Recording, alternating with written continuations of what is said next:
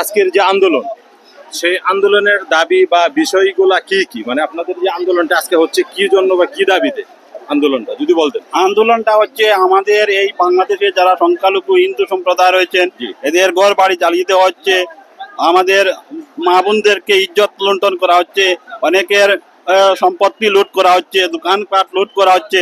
আমরা এর প্রতিবাদে আমরা হিন্দু সম্প্রদায় আজ এখানে সমবেত হয়েছি।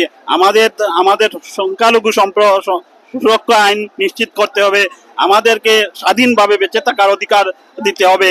আমরা যাতে আর আমরা যাতে ওই হামলার শিকার না হই সে ব্যাপারে আমরা সরকারের কাছে জোর দাবি জানাচ্ছি। তারা যেন আমাদের শান্তিপূর্ণভাবে আমরা বসবাস করতে পারি, আমাদের ন্যায্য অধিকার যেন আমরা পাই, সেই লক্ষ্যেই আমরা এখানে সমবেত হয়েছি। বাংলাদেশ স্বাধীন হওয়ার পর থেকে আজ পর্যন্ত যখনই সরকারের পরিবর্তন হয় তখনই আমরা জানি যে সংখ্যালঘুদের বাড়িঘরে হামলা হয়, আগুন দেওয়া হয়। এটা 53 বছর ধরে হচ্ছে, কম আর বেশ আমি যতটুকু জানি। তো এটা আজকে সংখ্যালঘু ভাই বোনেরা রাস্তায় নেমে আসছেন, তারা দাবি জানাচ্ছেন যাতে এই যে তাদের বাড়িঘরে হামলা, অগ্নিসংযোগ এটা যাতে না হয়, তারা নিরাপদে অন্য নাগরিকদের মতো বাংলাদেশে তারা বাঁচতে চায়, তারা থাকতে চায়। তো এই হচ্ছে আপনারা দেখতেছেন সিলেটের শহীদ মিনার, এই শহীদ মিনারের সামনে তারা এখানে শত শত হাজার হাজার মানুষ এই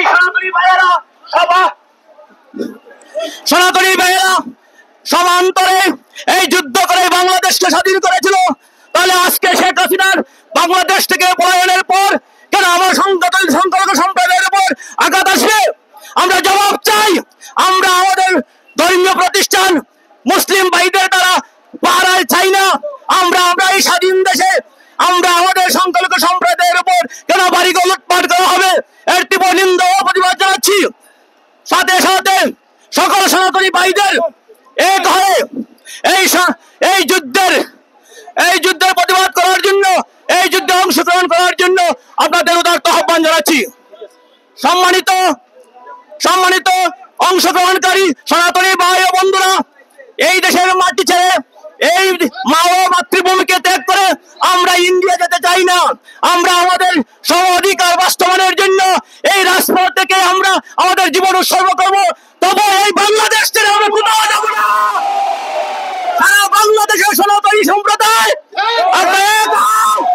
লড়াই করো এই সন্ত্রাসের বিরুদ্ধে, এই লুটতরাজের বিরুদ্ধে। সম্মানিত সিলেটবাসী, এই সিলেট একটি আধ্যাত্মিক নগরী। হযরত শাহজালাল শাহপরানের পুণ্যভূমি, হযরত শাহজালাল শাহজালালের পুণ্যভূমিতে অন্যান্য এলাকার তুলনায় হামলা কম হয়েছে।